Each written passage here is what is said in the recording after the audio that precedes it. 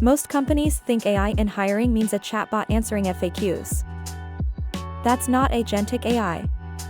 That's just automation with a friendly face. Agentic AI doesn't wait for instructions. It takes a goal, like, screen these 200 applications, and it plans, decides, and acts on its own. It schedules interviews. It follows up with candidates. It flags red flags in a resume without being told to look for them. Right now, candidates get ghosted. HR teams are overwhelmed. Good applicants fall through cracks because no human has time to follow up with everyone. That's not a people problem, it's a bandwidth problem. Agentic AI fixes bandwidth.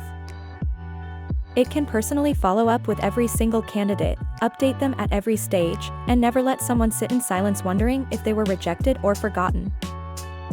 The AI doesn't replace the recruiter's judgment.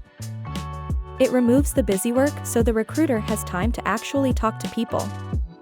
This is what we build at Benefice AI agentic systems that give candidates a better experience and give HR teams their time back.